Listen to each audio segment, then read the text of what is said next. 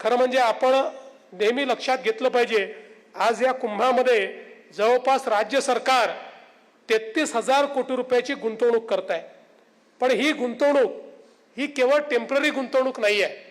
या गुंतवणुकीमुळे पुढचे 15-20 वर्ष हा जो काही नाशिक जिल्हा आहे, हा जिल्हा एक इंडस्ट्री करता आणि गुंतवणुकी करता मॅग्नेटच्या रूपाने तयार होतोय।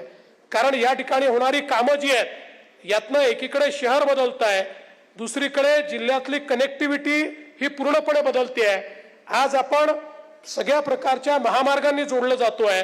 आज आपण जो नवीन वाढवणचा पोर्ट आहे त्या पोर्टशी आपण जोडलं जातोय।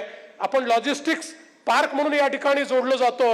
आपण क्लिअरिंग करता या ठिकाणी जे पुढच्या व्यवस्था आहेत त्या व्यवस्था ड्रायपोर्टच्या माध्यमातून तयार करणार आहोत।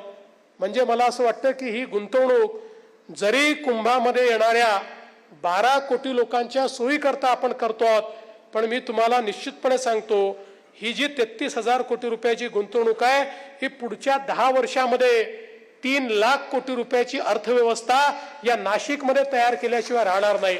आणि म्हणून मला असं वाटतं की केवळ याच्याकडे आपल्याला धार्मिक पर्यटनाच्या स्वरूपात पाहून चालणार नाही, तर एक इकॉनॉमिक ड्रायव्हर म्हणून देखील आज हा कुंभमेळा या ठिकाणी आपल्याला पाहायला मिळतोय।